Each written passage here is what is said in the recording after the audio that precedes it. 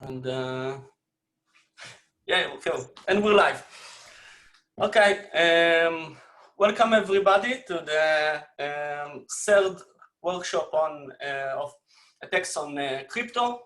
This is an event that was started 3 years ago by Nadia Heininger and continued by UI, and this year is the third installment and the first completely virtual one.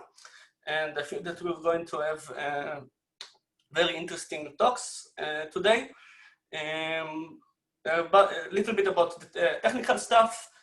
So you have what we're going to see today are short versions of the talks.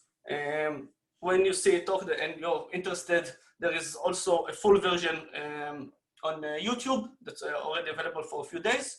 And after each session, we're going to have a Q&A session where you can ask the speakers on more details. The way that we can handle the question is either you can try to raise your hands, I think that it's possible here, or try to signal that open your mic and ask them, or we have the WAC stream on the Zulip, on the ISCR chat. So you can log in and write your question there, and then we will, me or Mate will ask them. It's preferable to ask the question on the Zulip and not on the chat here in the Zoom because it's very hard to follow. Okay, so I feel that this is basically most of the information that I wanted to have. We really would like to thank all of the people from the ICR and people that helped to organize it technically. Kay that is here with us today, Kevin and Kermit that organizes all of the workshops, and of course to all of the speakers that agreed to speak here and have those wonderful and enlightening talks. So I think without further ado, we can start on the first session, which is a session on Lattice and side-channel attacks. And the first paper that we're going to, or first talk that we're going to listen to is about TPM-FAIL. It's going to be given by Daniel Moghimi. And I think he is able to, you will do the rest of the introduction in the video. And now I will try to actually share it with you. So we'll try to have the first technical things. So let's see if it works.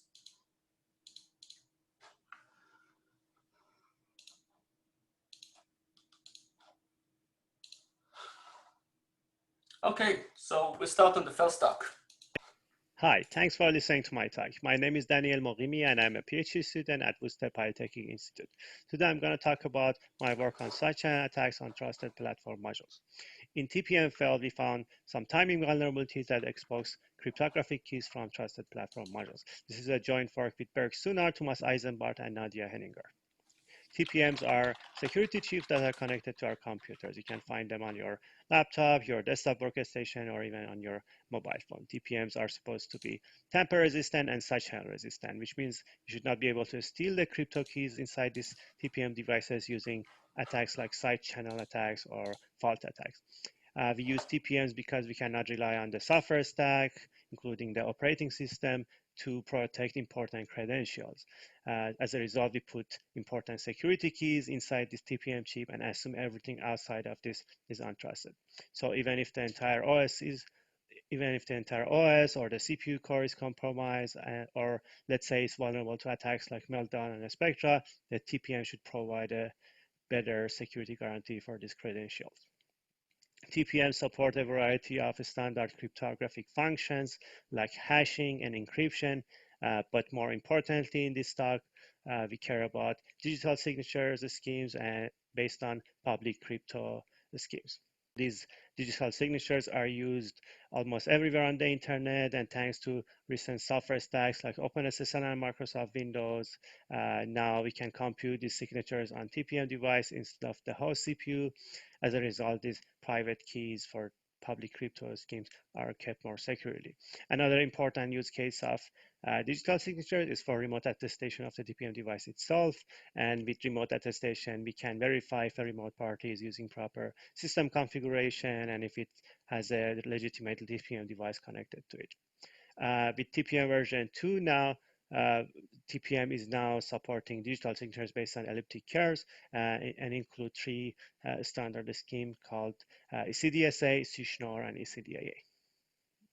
We talked about this TPM supporting different crypto functionalities, but Trusted Computing Group who came up with this standard also expect manufacturers to have some security guarantees for implementing the security chips. According to their website, here we can see they expect vendors to demonstrate successful common criteria certification at level EAL4 plus moderate. And here we can see a list of devices that have the proper certification on their website at TCG website. And for example, one of these devices that we tested in our here is mentioned, which in the data sheet and in the certification, they clearly claim that the device has countermeasures against side channels and timing attacks. However, the detail of how they have done the analysis is not public and well documented. So now the question is, are these devices actually secure against side channel attacks? So one of the interesting class of side channel attacks is the timing attack. As it is not intrusive, we don't need special equipment, and if a device is vulnerable, some of these timing attacks can be even conducted remotely.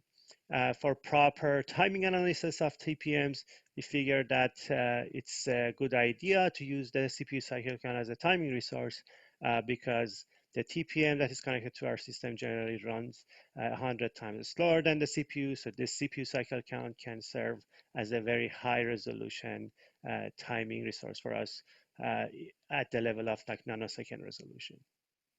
So initially, I did some tests on a TPM technology called Intel Platform Trust Technology, or PTT. And this technology is basically a firmware-based TPM that runs as part of Intel Management Engine. Intel Management Engine has its own microprocessor, but it's on the same die. And this has become very popular on modern consumer computers because they don't need to attach a separate dedicated TPM hardware to the motherboard. And at the same time, it's isolated from the CPU cores and the operating systems. Here we can see the result of some timing measurements of ECDSA operation on this device. As we can see, this histogram suggests that ECDSA is not constant time, and as some of the signatures on the left are generated faster than the others. And this motivated us to build a tool to do this measurement even more precisely. So what we did is we implemented a kernel module that modifies the behavior of the TPM kernel stack on Linux and performs this timing measurement as close as possible to the MMIO interface of this device. With this tool, we realized that this TPM, with this tool, we realized that this timing samples actually has a symmetric behavior where we have different timing brackets in the figure, and each of them has 4 times more number of samples compared to the next one in this histogram. So we looked more closely to see what is happening here, and we realized that there is a relationship between the nonce and this timing behavior. Here, if we look at the ECDSA equation, we can see that with the knowledge of the private key D, we can recover the nonce and then analyze the nonce. So we programmed the TPM device with a non key and recovered the nonce for each of the signatures. When we looked at the nonce, we realized that for every additional 4 bits of 0 in the most significant bit of the nonce, we have some order of magnitude faster signature generation. For example, for 12 bit of 0 at the most significant bit, we can see that signature generation is more than 3 milliseconds faster. And as we listed, all of the elliptic curve signatures were vulnerable to this timing leakage, but some of them have different timing magnitudes, which you can find a detail in the paper. We also looked at some other TPMs that were attached to our computers in the lab, and during our analysis, we noticed that there are lots of different non-constant time behavior for both ECDSA and RSA operations on these TPM devices. But one of these devices, the TPM from ST Microelectronic, had an exploitable vulnerability similar to the Intel PTT. So here we can see the timing histogram for ECDSA operations on the ST Microelectronic TPM. And we can see that the Gaussian distribution is not fully uniform here, even though it does not have an obvious pattern like the other case. We similarly looked at the nonce for the signature generated by this device and realized that there is a similar vulnerability here, but instead of for every 4-bit, we see a different timing for every additional bit of 0 bit in the most significant bit of the nonce, which this may suggest that the developers have implemented some algorithm that process the nonce bit by bit, and it leaks the bit length of the nonce. The plot here on the left side shows that there is a linear correlation between the bit length of the nonce and the timing on this TPM device. So far, we just have some partial information about the bit length of the nonce. What can we do with this?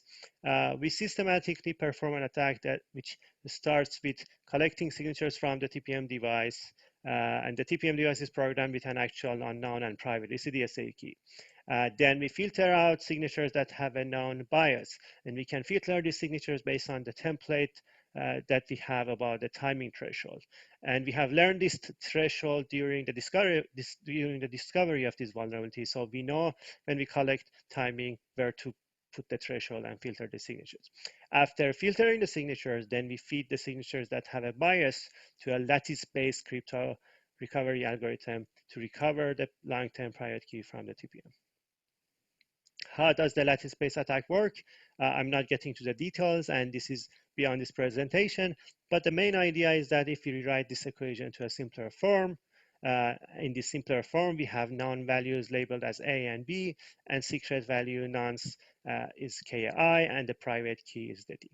So without such information, we cannot simply calculate one from the other because we have one equations and two unknown.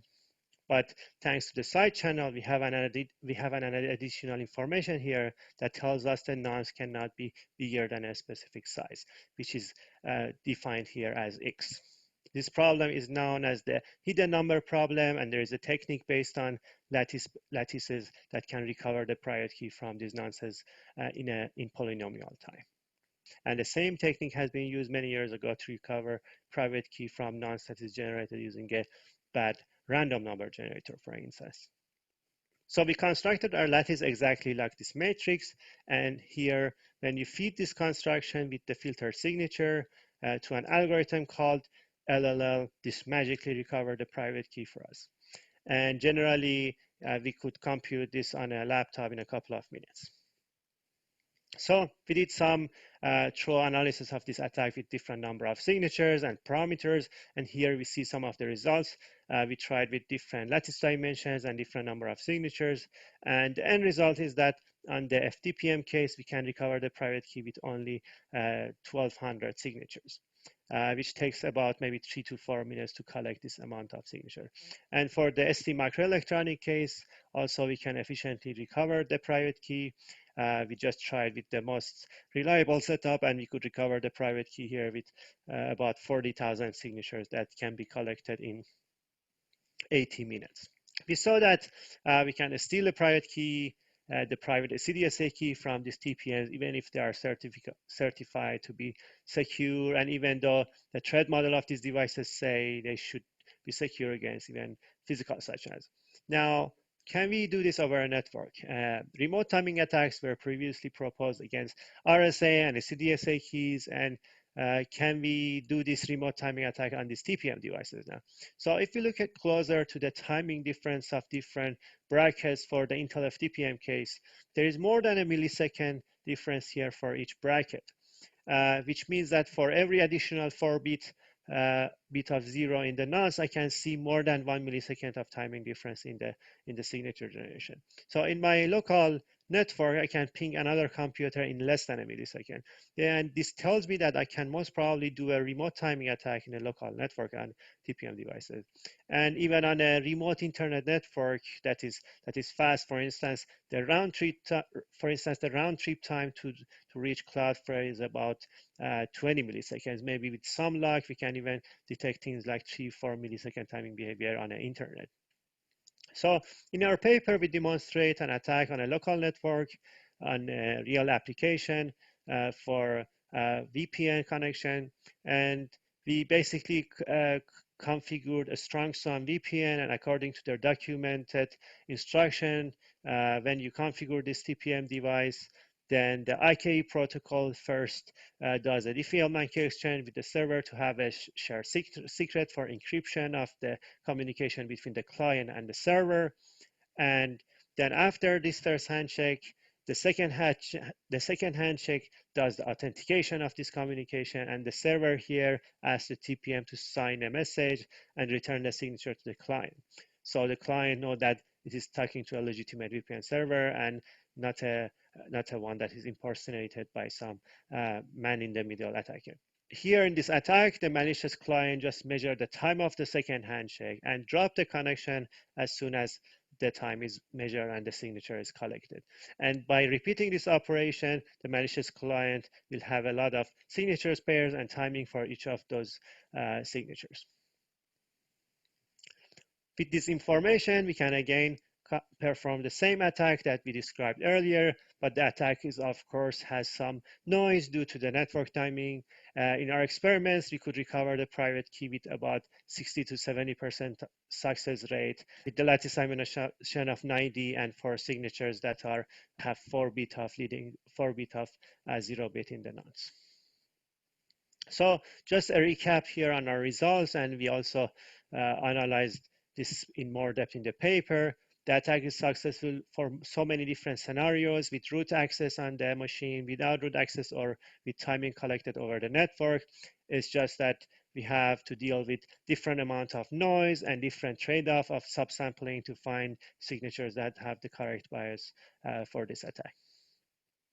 We reported these vulnerabilities to the 2 vendors that they were affected.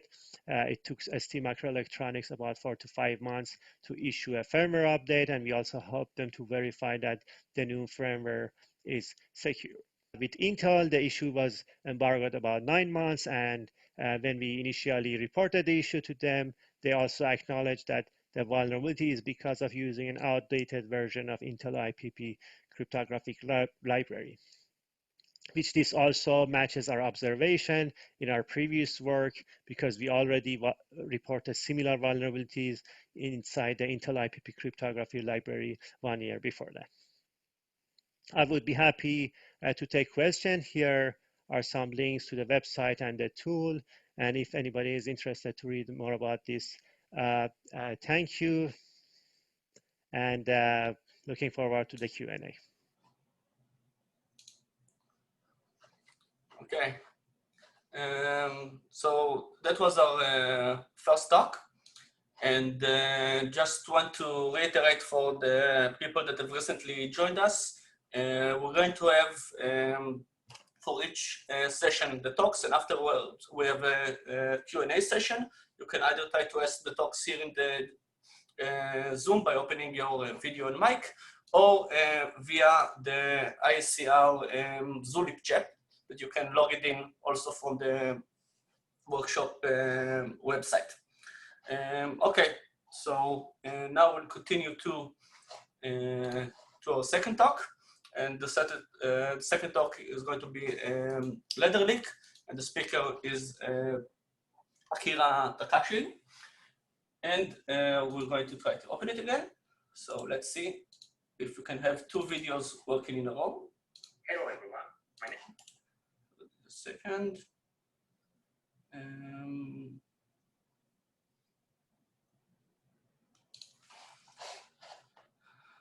Okay, so second sharing, let's keep our fingers crossed.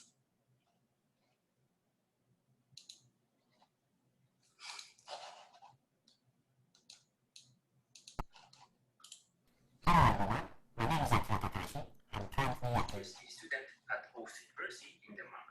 So today I'm going to give a brief overview of our recent side channel attacks against the ECDSA signature. This work has been recently accepted to CCS.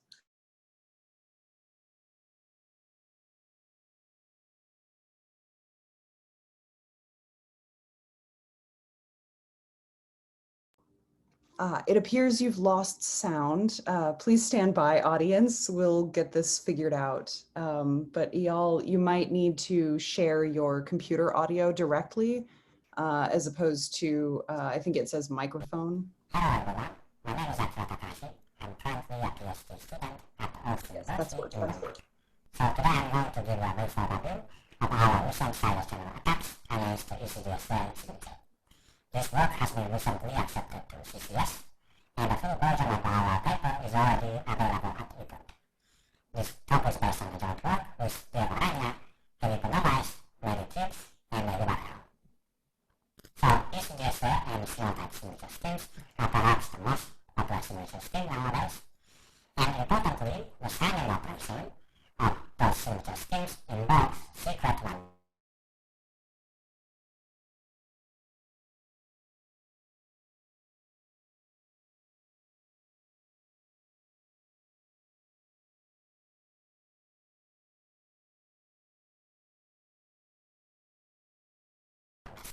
Which is sometimes called Nonce. Actually, the sensitivity of this Nonce is very well-known, and there's a long history of research on attacks against Nonce. So let's take a look at Nonce in the signature schemes.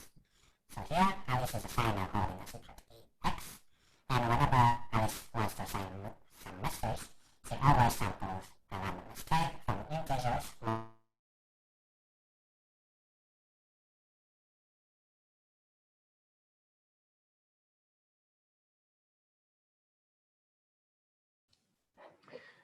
Okay, I'll try to share the screen and see if that goes better.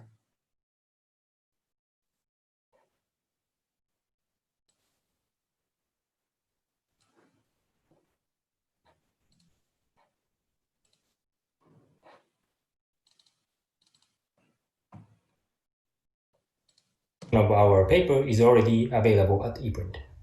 This talk is based on a joint work with Aranha, Felipe Novaes, Mehdi Tibsh, and URL. So ECDSA and Shaanan type signature schemes are perhaps the most popular signature scheme nowadays. And importantly, the signing operation of those signature schemes involves secret randomness K, which is sometimes called Nonce. So actually, the sensitivity of this Nonce K is very well known, and there's a long history of research on the attacks against Nonce K. So let's take a look at Nonce K in the signature schemes. So here, Alice is a signer holding a secret key X, and whenever Alice wants to assign some message, she always samples a randomness K from integers modulo some group order Q. And this randomness K satisfies these modular equations, where the values Z and H are public information, because they can be computed from the signature. And this randomness K, of course, should never be reused or exposed, because otherwise you can easily recover the secret signing key by observing a few different signatures.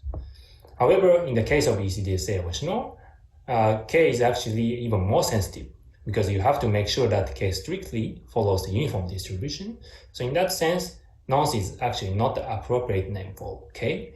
However, for convenience, I'm going to call it Nonce in this talk. So what if, for instance, a K is slightly biased, or what if Nonce K are partially leaked due to some side channel attack or something? So actually, even in such a case, attack is still feasible. So more concretely, the secret signing key X can be recovered by solving the so-called hidden number problem, which I formally define in the longer version of the talk. So the attack against ECDSA Nonce is not just of academic interest, because the randomness failure could happen in many different ways in practice. So of course, if you are relying on some poorly designed or implemented random number generator, your randomness might be biased. For example, there was this famous incident where Sony completely reused the Nonce K whenever they signed the PlayStation 3 software with ECDSA. And eventually, some group of hackers managed to recover the secret signing key owned by Sony. And there are many other different ways, but in this talk, I'm going to focus on the case of side channel leakage of Nonce K. Okay? So once you obtain some side channel information of randomness K, how do you solve the hidden number problem?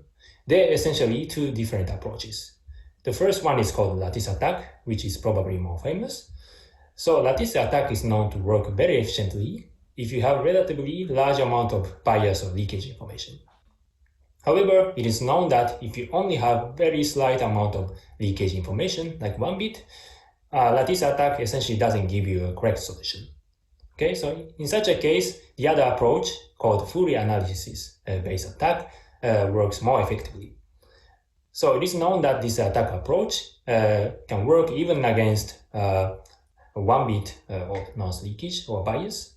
However, the major bottleneck of this approach is that it requires too much data complexity. For example, in order to attack 1 bit bias of a 160-bit HNP, the previous work required even billions of signatures. So of course here, the natural question is, can we reduce the data complexity of Fourier analysis based attack? Also, we are interested in how far we can go. Okay, so more concretely, can we attack even less than 1 bit of Nonce leakage, which actually has been never addressed before. So here, less than 1 bit of Nonce leakage means that the most significant bit information of Nonce is only leaked with probability less than 1. Also, we'd like to know whether it's possible to obtain such a small leakage from practical ECDSA implementations. So in this work, we answer all these questions in the positive. So here, the summary of our results can be stated as follows. First, we discovered a class of cache attacks against the Moghimi ladder scalar multiplication in OpenSSL versions 102, 110, and LadderLeak crypto toolkit. And there are several affected curves, and these curves are essentially the ones with group order slightly less than the power of 2. And in the case of OpenSSL, the attack against P256 actually doesn't work by default, because by default, this car parameter invokes its own special optimized implementation of scalar multiplication. Although it's a bit hard to know what kind of affected products are there. For instance, if you search in GitHub, you can find that these products updated OpenSSL versions in order to apply our constant time patch. As a second contribution, we gave theoretical improvements to Fourier analysis space attack on the HNP. So thanks to our analysis, we significantly reduced the required input data complexity for the attack to work. Also, we gave analysis that even holds in the presence of erroneous leakage information, which is critical when you mount a side channel attack in practice. So finally, we implemented a full secret key recovery attack against OpenSSL ECDSA over these curves, of which the first one is binary curve and the second one is prime curve. So now here's a comparison with the previous records of solutions to hidden number problem. So as you can see here, we solved all these 4 cases. And in the case of 160-bit and the 1-bit bias, they were actually previous records. But thanks to our improved analysis, we managed to carry out attack with fewer input signatures. And in the case of 192 HNP, to the best of knowledge, there has been no attack records there. So here we set new records. So now I'm going to give you a very brief technical overview.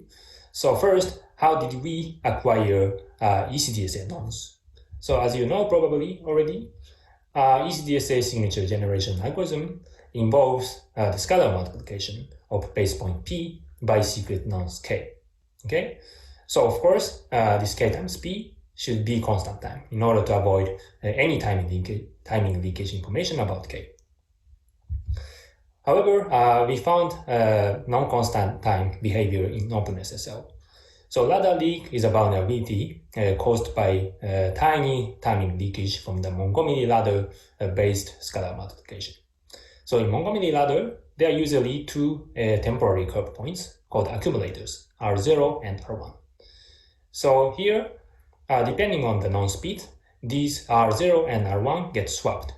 Okay, so of course, if you get to know whether the accumulators get swapped or not, you can detect the bit information of nonce k, whether it was 0 or 1. And in OpenSSL, we saw that the Moghimi ladder scalar multiplication satisfy the following conditions for the attack to work. First, these accumulators are in projective coordinates, but these are initialized with the base point in affine coordinates. So there's some mismatch in the representation of the point. Okay, so then, as I mentioned, the affected curves are the ones with the group order with slightly less than the power of 2. Then finally, the affected curve are with the group law of the non-constant time. And it has to be non-constant time with respect to handling z coordinates. And so this is why the curves of Weierstrass model are natural candidates, because the typical implementation of Weierstrass model satisfies this condition. And in order to validate our attack, we carried out experiments with flash and reload cache attack technique. So we invoked flash and reload against the appropriate function call within the group law. Okay, and then as a result, we managed to detect the most significant bit of k with high accuracy. However, it's not 100%. So this is why we had to consider the effect of error in the most significant bit information in the analysis of Blyhen's attack. So what about the countermeasures? In the longer version of the talk, Diego discussed a few different countermeasures. But in the coordinated disclosure process with OpenSSL, we reported originally in December last year, and before the official support of OpenSSL 1.02 ended. And eventually we fixed the vulnerability in April this year with the first countermeasure, in which we simply randomized the z coordinate of the base point, and this mitigates the LadderLeak vulnerability. Okay, so now how did we exploit the ECDSA nonce bias for leakage? So here's a high-level overview of Blyhen's attack. So step 1 is to quantify the modular bias of randomness k. So we define some bias function such that it outputs something close to 0 if randomness k is uniform in ZQ, whereas it should output something close to 1 if k is not biased.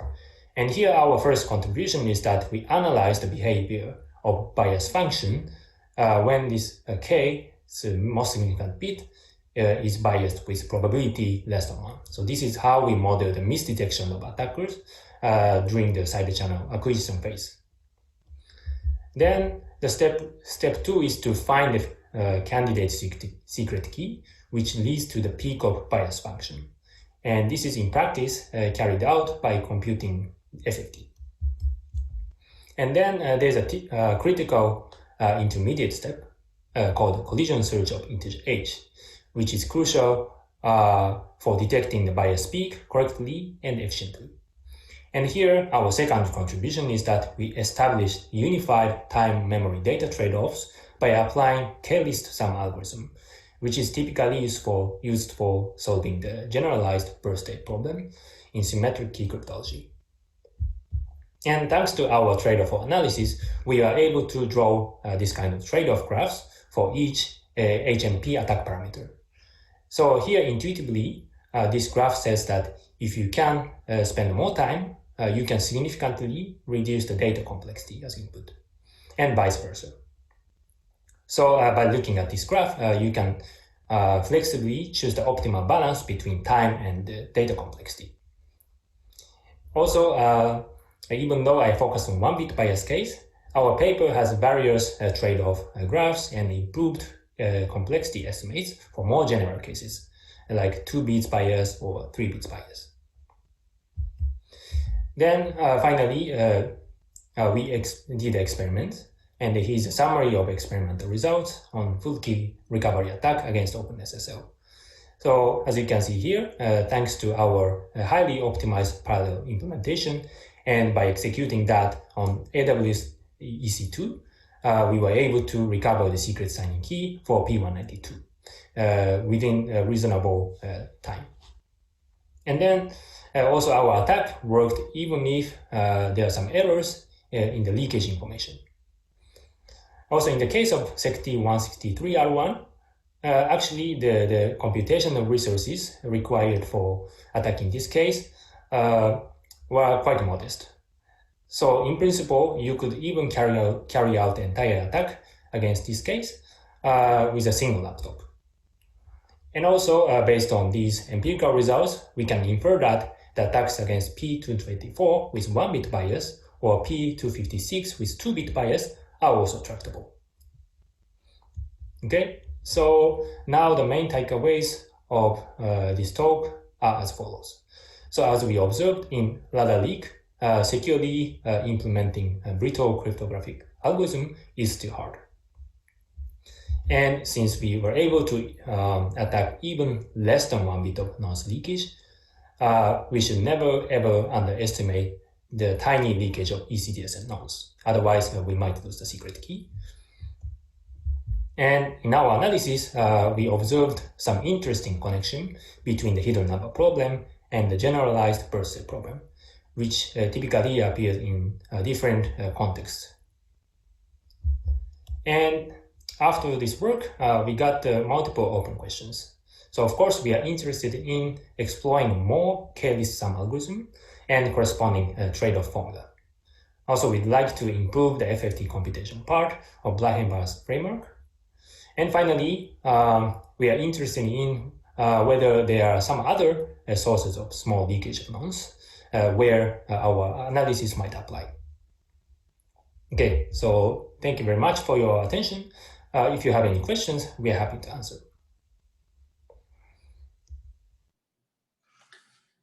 Okay, so first of all, I want to thank again both of our speakers. So, and now we'll go over to the Q&A session. So Daniel and can you, if you can open your video and mics. And we currently have our first question in the Zulip chat. It's, I apologize if I mispronounce it, by Alexander Terchenko.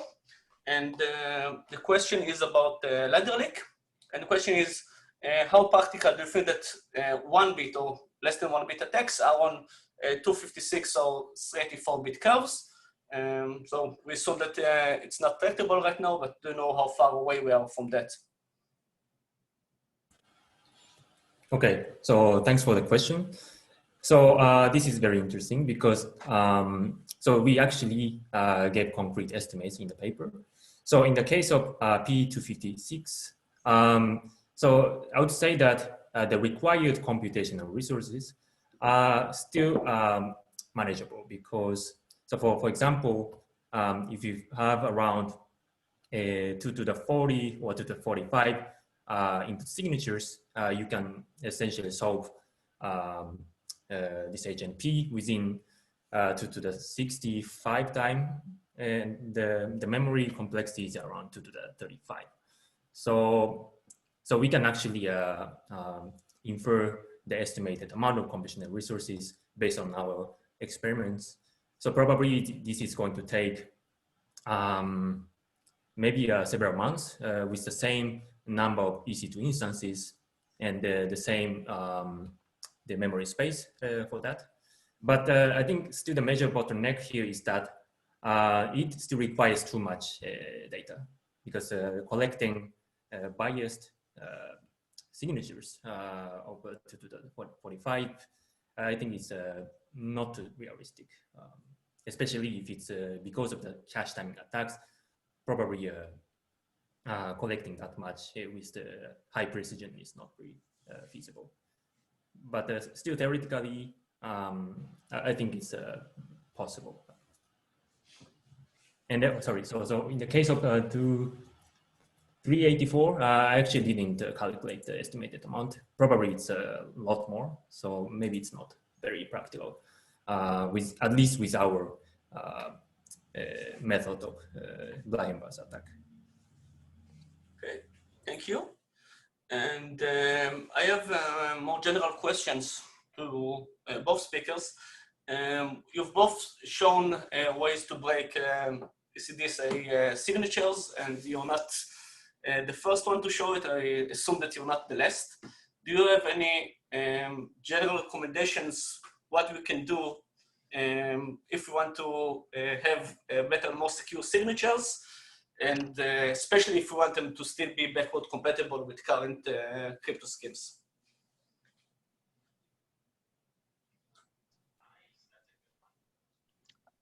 I think my answer for the particular case of ECDSA is it's really important to have like some sort of automated testing for implementations. Well, we know that it's really hard to implement ECDSA in a constant time fashion. You may just leak 1 bit here, 2 bit there. So it's really important that we use some automated testing. And I think people in the community, they have actually built some tools. We built some tools, and some other people have proposed these tools. But unfortunately, I haven't seen those tools become part of like the regression testing of crypto libraries. So it's still a manual effort where the crypto developers just look at the code manually and they try to keep things secure. So I think that would be one good approach. But I'm sure people who have more theoretical background may also have other ideas to mitigate these issues, like in a structural way. Okay, thank you. Okay. So one thing I might contribute, and it's Diego here, maybe even beyond regression testing, something like formal verification for constant time execution would be nice to have for such critical pieces of software. Okay, thank you. And we have another question from Jorgen Pollux.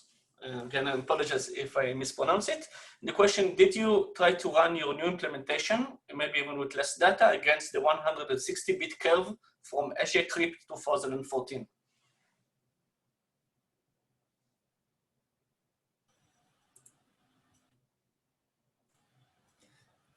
Sorry. So the answer is we haven't mounted a concrete attack yet, but I expect that the required number of signatures is still the same. I guess it's probably feasible to attack with a bit less signatures if we have more computational resources, because in our experiment we used just a small cluster. So if we can run the same attack in EC2, maybe we can attack with around 2 to the 20 or something. That's the estimation we have. Okay. So thank you, and we'll thank our speakers again. And we now move over to the next session. So Matej, you can take it from here. Okay, you can hear me? Okay, so the next talk will be pseudo-random black swans, cache attacks against CTR DRBG. And this will be presented by Shaanan Cohney. Maybe I will share the screen since that worked well last time.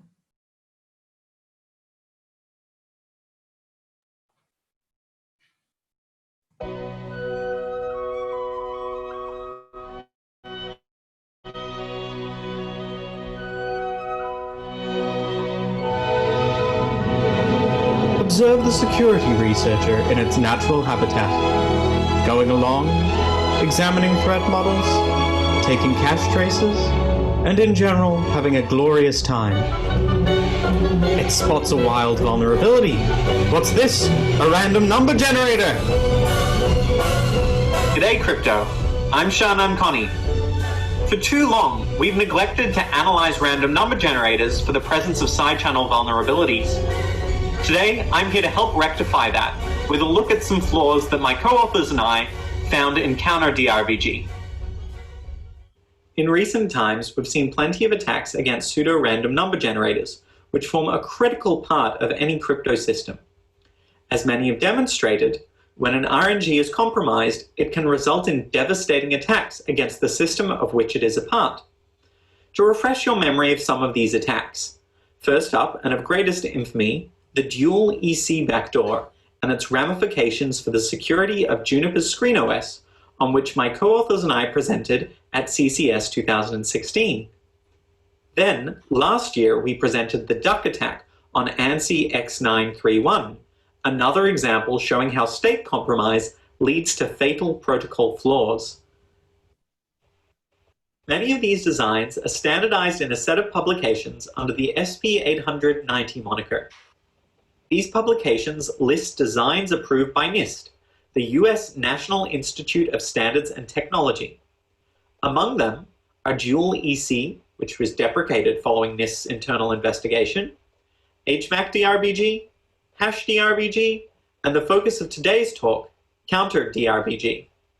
Up until recently, there was limited formal analysis of these designs, with the concurrent work of Woodage and Shumo presented last year providing some much-needed analysis to fill the gap. Counter DRBG, the focus of today's talk, is a pseudo-random number generator designed around a block cipher running in counter mode.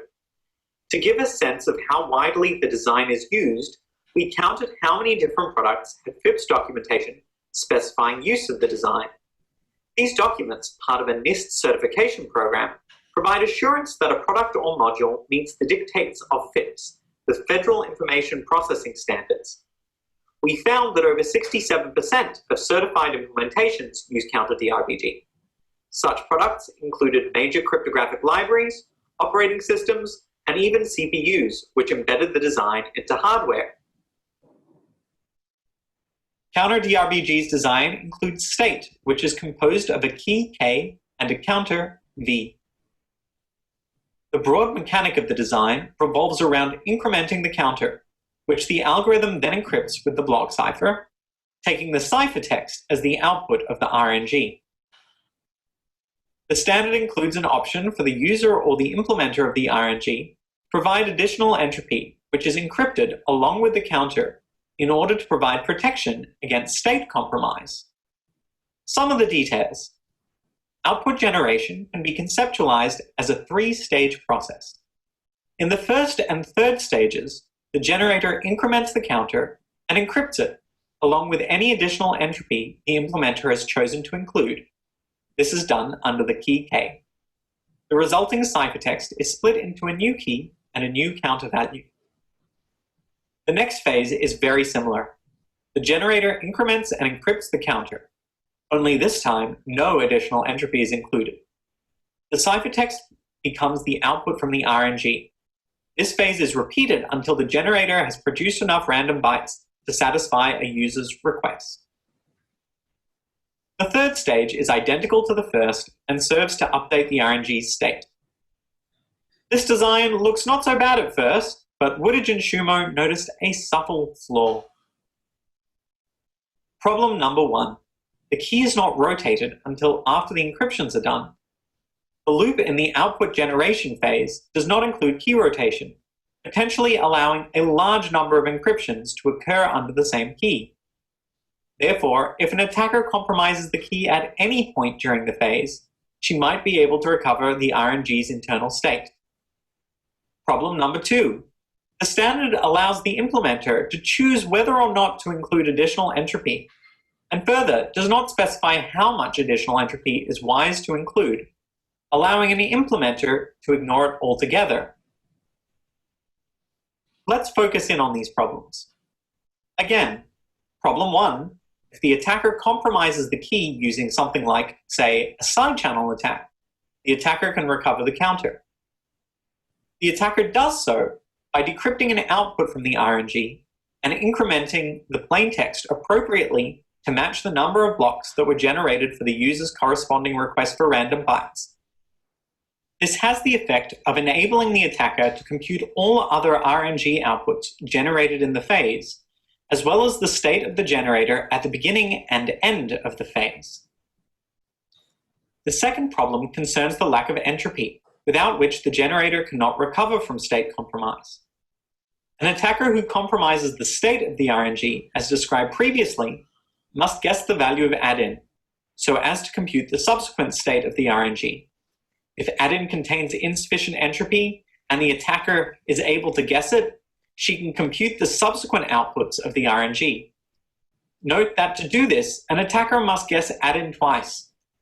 Once for phase 3 of the current call, and once for phase 1 of the subsequent call. If no additional entropy is used, this process is trivial.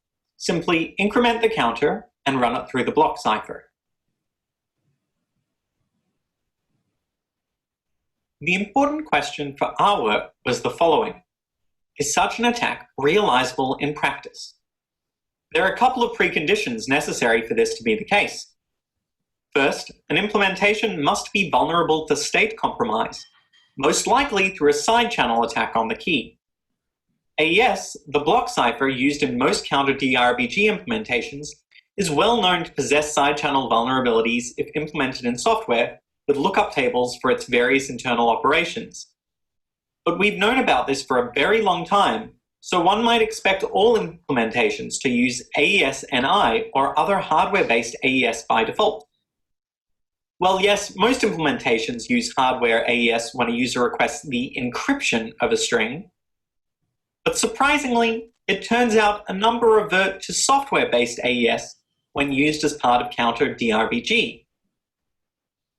Of the implementations that we surveyed, it's notable that OpenSSL was not vulnerable, except when used in FIPS mode. Ironically, OpenSSL in FIPS mode contains weaknesses that the regular version does not.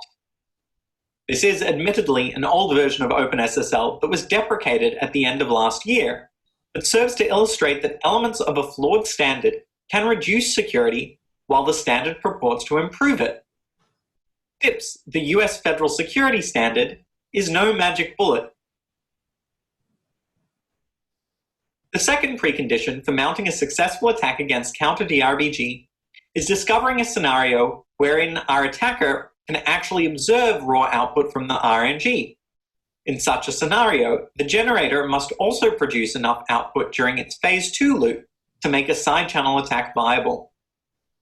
We therefore needed to determine if this can occur in a real-world protocol like TLS. Ideally, the attacker would use side channel analysis to extract the key during protocol execution and then decrypt a block of observed output to obtain the counter value. Unlike the Juniper and Duck attacks on RNGs mentioned earlier, which required only a few blocks of observed output, our attack requires that the generator produce a significant number of blocks, of which only one of them needs to be observed. The Juniper and Duck attacks use the short nonces and server random values exposed during a TLS handshake to compromise the RNG. The client and server randoms produced during a TLS handshake are only a block or two, but we need a full 2,000 bytes in order to perform our attack, quite a lot more. So we exhaustively went through the entire TLS spec looking for places where the output of the random number generator is used and checked if we could get the protocol into a state where we could observe at least some of this output. First thing we looked at was RSA PSS, an encryption scheme with randomized padding supported in TLS 1.2. No luck. RFC 8446 restricts the amount of randomized padding that can be used as part of a TLS 1.2 key exchange. What about extended random? This was a proposed TLS extension that allowed a user to request arbitrary amounts of RNG output. This was great for the Juniper attack, but unfortunately there were no implementations around for us to test. It's also non-standard, which makes it less interesting. Last but not least, PKCS number 1, V1.5 padding. Well, this is a familiar bugbear and perhaps the solution to our problems. It turns out if the server uses a really large RSA modulus, the client will generate a correspondingly large amount of randomized padding, which the server then gets to observe. So, if you get a malicious website to serve a really large certificate, once a client encrypts the TLS pre-master secret to their certificate and sends it over, the server can decrypt the message and see the randomized padding. Let's develop this into a complete attack scenario. First, you need an attacker able to pull off the side channel attack.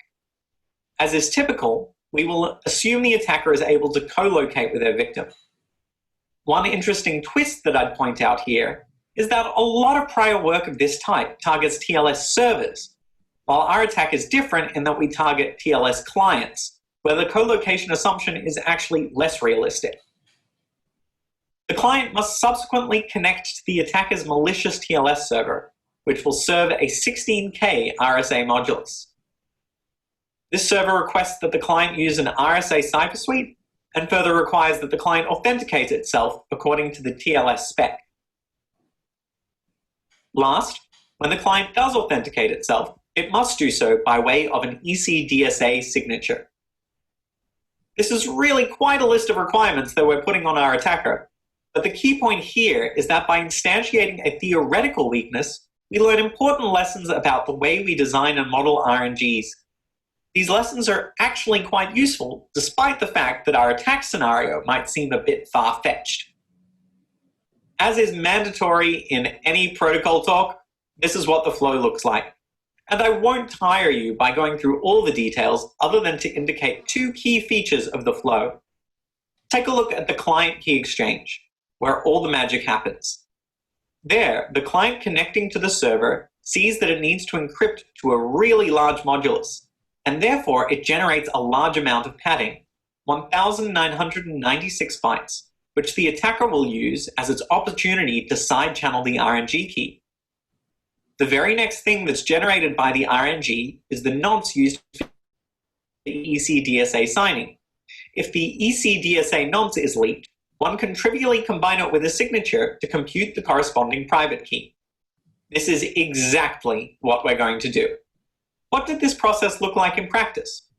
We used flush reload to attack the software AES implementations used across the various libraries. We brute forced any additional entropy used by the implementations. And then, from the ECDSA signature and nonce, we computed the victim's ECDSA long-term private signing key. With the key in hand, our attacker can generate fraudulent signatures, thereby successfully impersonating the client. Tested our attack against 3 different implementations, and the different choices that each implementation made for including additional entropy changed the running time of the attack. The time complexity of the attack was totally reasonable, with the various implementations choices for additional entropy. While the bit width of the add-in variable may have been large in some instances, giving us a theoretically intractable amount of work, in practice many of the bits were predictable, leading to shorter actual recovery times. At a maximum, our brute force procedure took 30 minutes, and for Fortios, a prominent network operating system, we didn't have to do any work at all. No additional entropy was used in their implementation. What are our overall takeaways from this piece of work? Well, random number generators can be side-channeled too. It's not just encryption and signing that we need to worry about. We don't always learn the lessons we think we've learned. We should never use T-table AES anywhere, ever. This lesson is repeated time and time again, but it still appears not to have sunk in. Implementers and designers need to ensure that sufficient entropy is always incorporated. This too has led to innumerable RNG disasters in recent years. Counter-DRBG is not provably secure, and therefore implementers must take this into account if they plan on using it in a crypto system. FIPS 140-3 does update the threat model to incorporate side channels, but we should be sure when creating standards and designs in the future that we consider a variety of potential threats and not limit ourselves to what theoretical models may capture at the current time. Finally, when choosing what random number generator to use, if you are going to choose something from SP890, use #DRBG. It turns out that HMAC-DRBG also has some similarly subtle problems. Thanks very much for tuning in, and I hope to see all of you in person soon. Okay, let's thank the speaker for that talk. So just a reminder, if you want to ask questions, you can do this at the end of the session. And you can also ask your question on the Zulip chat of the conference. So now we're going to move on to the second talk of the session, which is Firmware Insider, Bluetooth Randomness is Mostly Random by Jiska Classen. So let me first prepare VLC, and then I will share the screen. Okay. So let's make sure I will start from the beginning. Now share the screen. There we go. Hello everyone and welcome to the talk Firmware Insider, Bluetooth Randomness is Mostly Random. This is a joint work by Jörn, me, Felix and Matthias. So each Bluetooth chip should actually have a random number generator, and the specification says that this should at least be a pseudo-random number generator that is compliant with FIPS. And now the big question is, if you look into the chips of bigger vendors like Broadcom or Cypress that you would find in every iPhone, but also like in Samsung's and so on, the question is this really compliant or not? So is the random number generator within your Bluetooth chip one that fulfills this specification or not? So the question now is, how do we get randomness in a Bluetooth chip? So yeah, of course, there's the obvious answer, number one, to all questions, which is 42. But there might be more. So for example, there might be the random access memory, and some of you might have heard of the random only memory. And the best option would of course be a hardware random number generator, but we don't know. We just have a chip, and the chip datasheet usually doesn't say which of these options is taken.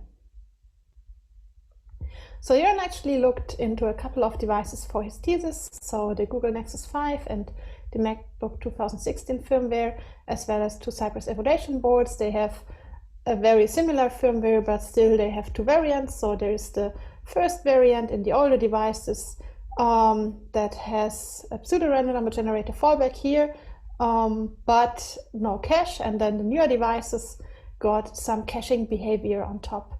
But except from this, they are very similar. So this is a bit weird. So if there's a cache, then it might indicate that maybe sometimes the hardware random number generator is not fast enough, and there might be this fallback which is being used. And for some reason, you can see here, like over 6 years, this code has been maintained. So if you look into the code, you can actually see, so this is the pseudocode that we reconstructed. You can see that the hardware random number generator is initialized with some constants, and then there's the watchdog, which needs to be petted in, like it might be the case that you get a timeout and so on, so that this can take longer. And otherwise, there is this pseudo-random number generator fallback if it's not available. And this one doesn't look that good, so there are a couple of constants, which I tell you about later, or not constants, but like register values, but they might be constant actually. And then in the end, you do a CRC update on them, and a CRC is also dependent on the previous input, so you can actually calculate in the opposite direction because it's XOR dependent. But so it's not really a good thing. It's not cryptographically secure in that sense here, but yeah, so this is the fallback if it is used. And then we looked into the values. So this is what Jörn measured on a Nexus 5, and it really doesn't look random, everything. So I mean, there's the Bluetooth clock, but that's a public value. And just the last random number generator value was the one that was random or appeared to be random, but because of the CRC, it's like, yeah, a possibility that it looks sufficiently random, right? Yeah, so we just got a CV assigned for this because Broadcom doesn't assign CVs on their own. You can just go to Mitra and request one, and then actually also tell Broadcom later, like, so this is the CVE and this is the vulnerability, because then you might get a higher priority in reporting. And then we told Broadcom, and they just said, like, yeah, you know, we have a pseudo-random number generator. Okay, you found it. But, you know, all our devices have a hardware random number generator, and this fallback is really never used. So the code has been there, yeah, maybe, but there is nothing to see there. So this might have been the end, right? Because Jörn's thesis was finished, and obviously the pseudo-random number generator fallback is like never used. And I didn't believe this. And because I didn't believe it, I had a look at a couple of more devices. So this is just a selection of them. I even looked into more than this.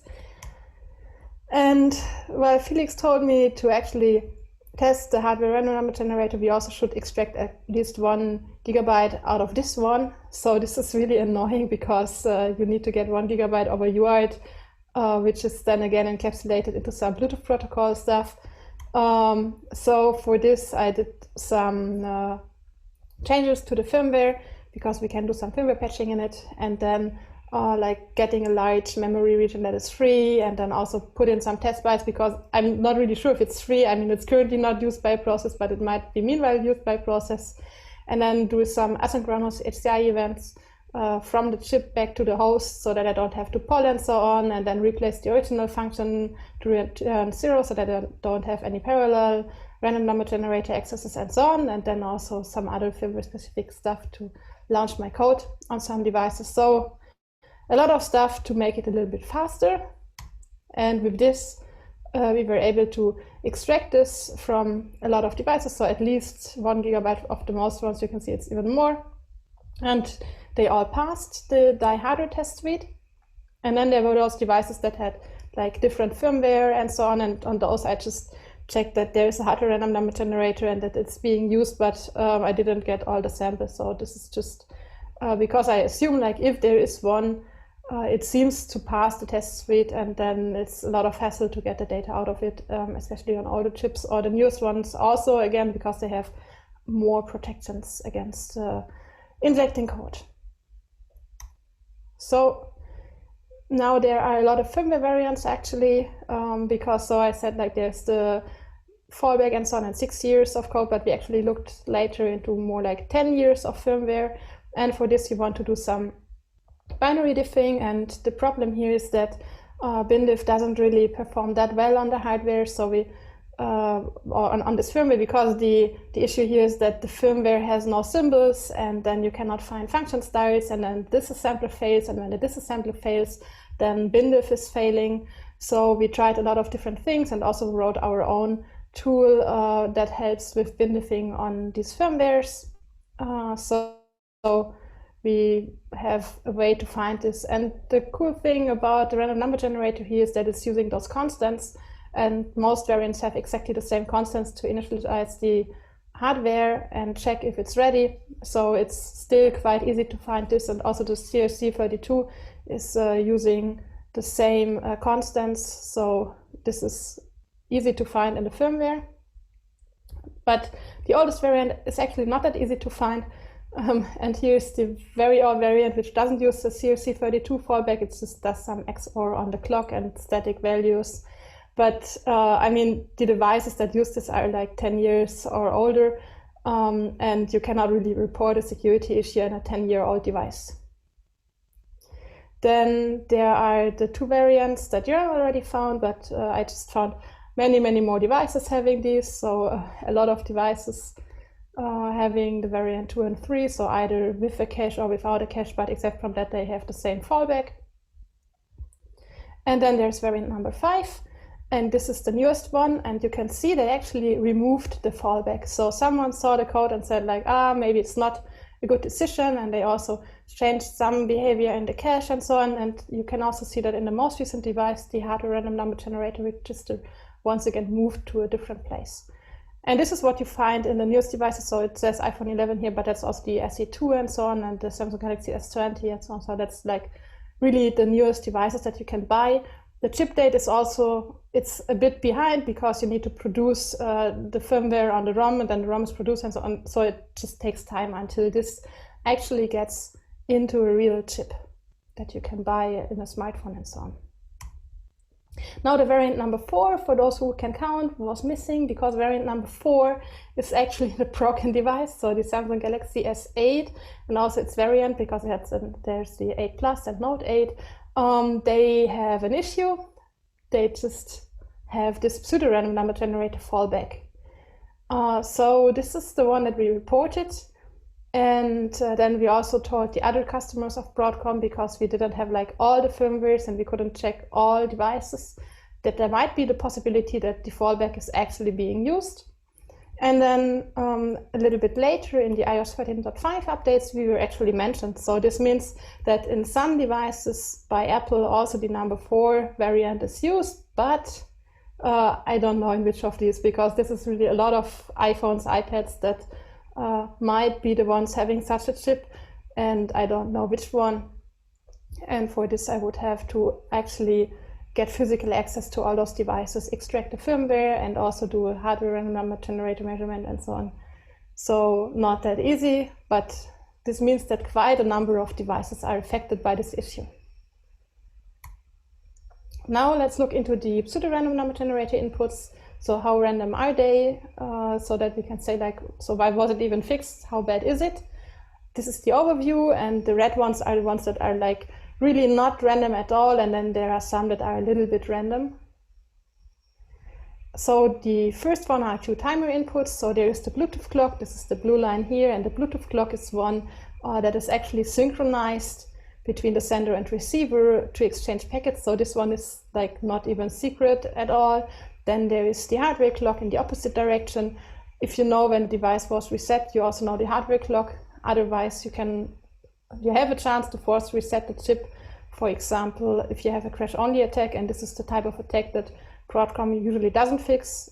So the very simple attacks that just cause some state failure or like a very simple crash and are not exploitable are suddenly relevant for this type of attack. And then there are those signal processing inputs, and there's the one that is called DCFH out. I didn't test it, but I think it's just the channel. So because you can see it's between 1 and 80 if you write a decimal, and you have this hopping here, and it really looks like a hopping sequence, but I would need to verify it over the air. Still, it's just 80, not really random possibilities here as an input. And then there are the RX init angle and the HEC status, and you also see that there's only little variation in those values, so it doesn't really look like a full byte per hardware register or something that you get. It's really just a few values. Now the question is, where is the randomness used anyway? So on the right-hand side, you can see the RBG rand, which might just call the pseudo-random number generator, but in many cases there's actually a SHA-1 that is calculated on top before it's passed to other critical functions.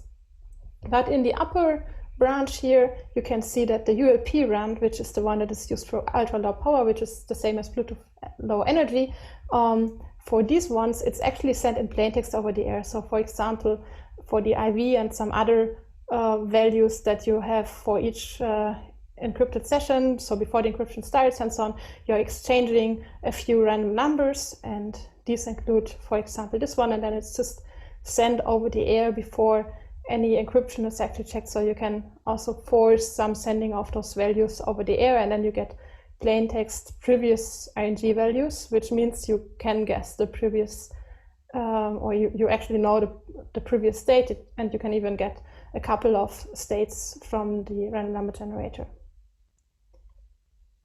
Now, I said like it is broken, but I looked into the updates of the Samsung Galaxy S8 and actually the June patch level, but it was fixed in May according to Samsung. And if you poll for the current hardware random number generator value, so in the registers, then you can see one value here. Then I request a couple of LE randoms. You can also do that locally from the device. I need to do it multiple times because it's a cached implementation. And then I can see that the value actually changed. So the firmware is finally accessing the hardware random number generator. So that means that in the Samsung Galaxy S8, it was not really missing. It was just, it was missing like in the firmware, but it was not properly initialized and so on. So it's like fixable in that sense. And that's a good thing here, because that means if you got the update for your Samsung Galaxy S8 and your iPhones and so on, then you have the same security as in the other devices. Lessons learned here are that you shouldn't trust an embedded RNG. It might just be a very bad one. You have no idea how it's implemented, and to verify it, so that's really a thing here. Verifying means you need to reverse engineer the firmware, and then you need to do measurements, and you still cannot be 100% sure because the data sheet also doesn't say, even if it's a hardware random number generator, which type it is. So you have no idea what you get. And also for finding those things and also all those variants of the pseudo-random number generator fallback and so on, and the polling and the caching and so on, you can see that each Broadcom firmware is different, and also each firmware version might have like individual bugs that are not in the other firmwares. So credits go, of course, to my student Duran for surviving the thesis with me, and then also Felix, who is actually the one who does anything with crypto. Matthias, my boss, because he's buying like some hardware to get all this running. And then I made the mistake to borrow my Samsung Galaxy S8 to Jacob, who is one of the Dexmon developers, because I said like, yeah, it's broken, you can have it. And then I was like, oh no, I still need to do some measurements. So this was maybe not the best idea. And then I also had a couple of people who helped me with reading the paper last minute and discussing attacks. So thank you for listening, and there should be a follow-up Q&A session if you have any questions.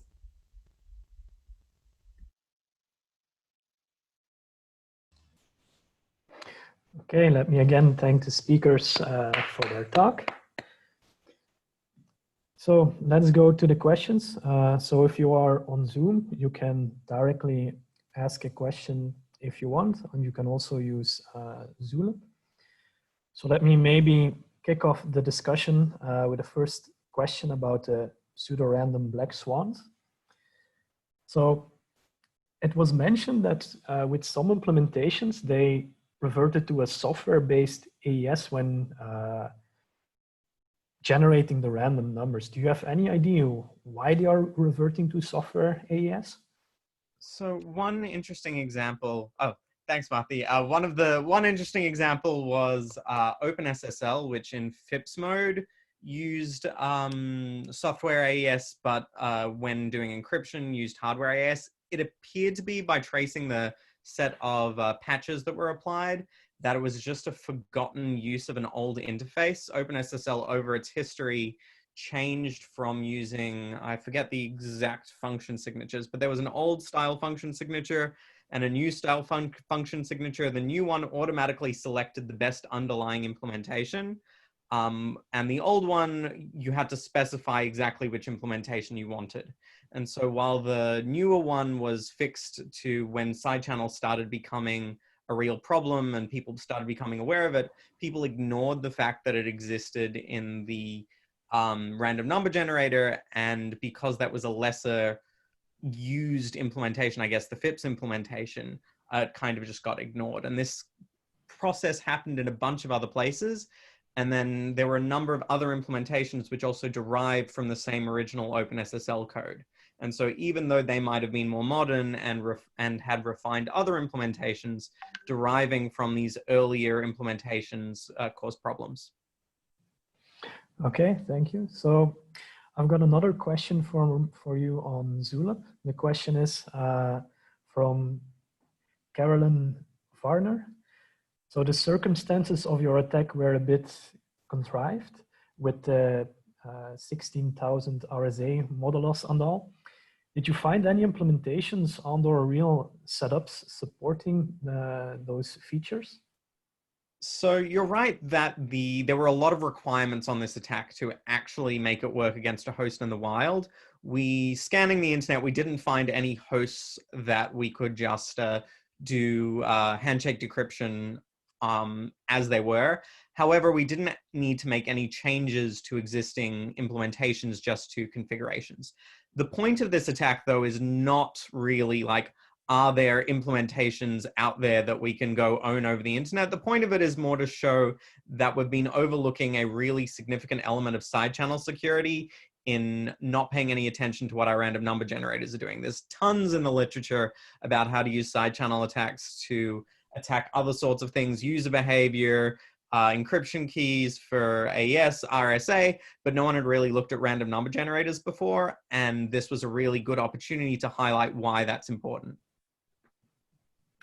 Okay, thank you. Let me also ask a question about Bluetooth randomness. So you basically mentioned in your talk that a lot of these devices use seemingly predictable sources. Have you also tried out to actually predict these values in practice and try to carry out an attack? So the thing is that I did this in lockdown, but so there is one value that jumps around for exactly 80 numbers, and I think it's the current frequency, for example.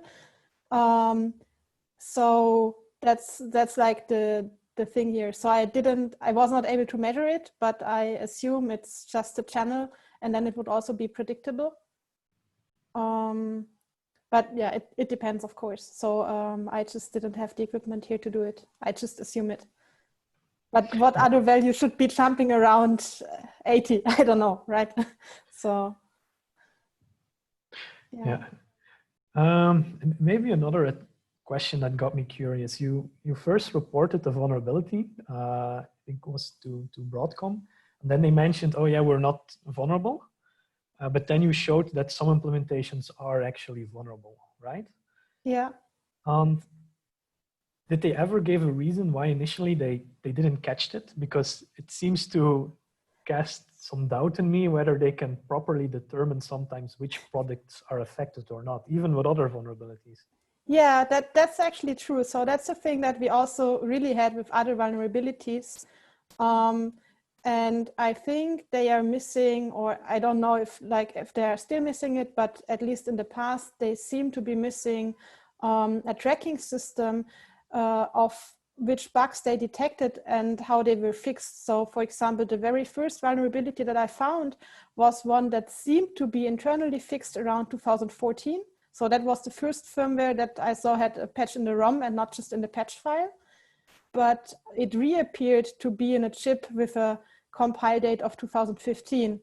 So I think they really have issues with patch management, and also like there's Broadcom and there's Cypress. Cypress is now like sold again to someone else, but they have so many chip and ROM versions that yeah, the tracking seems to be horrible also for them internally. Okay, are there any more questions from people on Zoom?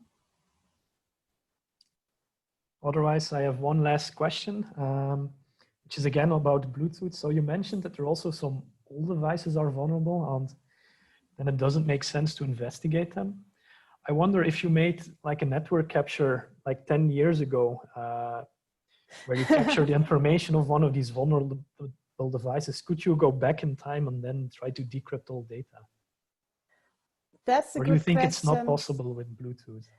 I mean, they also changed a lot of things in the pairing itself and in the encryption itself. So, I mean, 10 years back, what was it? Bluetooth, I don't know, 3 point something. So like, I think, so we have seen a lot of attacks in the pairing itself, and Danielle will talk about one of these later.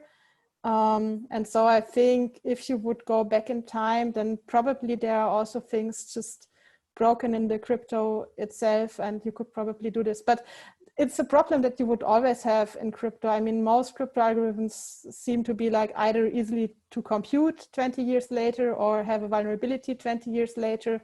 You just face this very often, yeah. Okay, yeah. Thank you for that answer. That makes sense. So it seems that we covered all the questions. So after this session, there's now a break from roughly half an hour, and we will see each other again with the third session already. And you can see on the website which time it is, because I cannot mention the time due to all the time zones. And let's thank the speakers again.